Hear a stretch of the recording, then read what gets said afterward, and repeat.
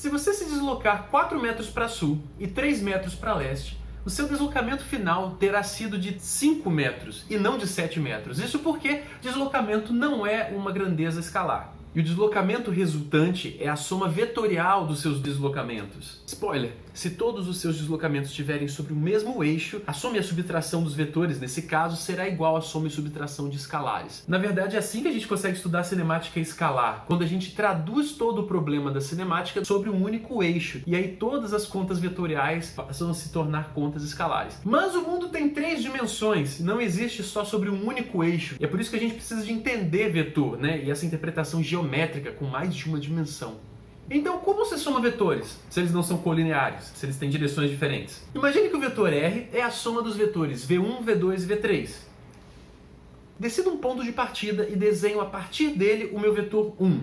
No final do meu vetor 1, eu desenho o vetor 2, e no final do vetor 2, eu desenho o vetor 3. O meu vetor resultante, o R, ele é um vetor que parte daquele ponto de partida e chega até o final do último vetor que eu desenhei dessa forma. Pensa como um deslocamento mesmo. Se você andou um deslocamento como V1, e depois andou V2 e depois andou V3, deu no mesmo, o resultado é igual do que se você tivesse simplesmente partido da origem e saído em linha reta até o ponto final. E não importa a ordem que você posiciona os vetores, pode começar do V2 ou do V3, tanto faz, o resultado vai ser o mesmo. Não existe problema algum em você mudar a posição de um vetor, mas desde que você não altere o seu tamanho e nem rotacione.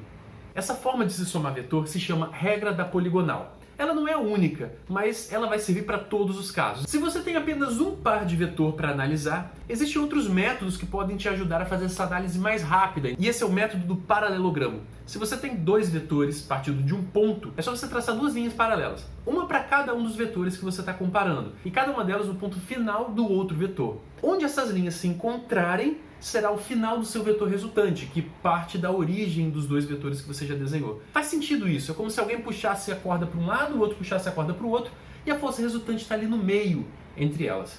E ainda falando de pares de vetores, se você conhece o ângulo entre esses 2 vetores, você pode usar a lei dos cossenos para calcular o módulo dessa força resultante. Dessa forma. Se o ângulo entre os 2 vetores for de 90 graus, a gente tem aquele resultado clássico, em que o quadrado do módulo do vetor resultante é a soma dos quadrados dos outros vetores. O quadrado do cateto é igual à soma dos quadrados da hipotenusa.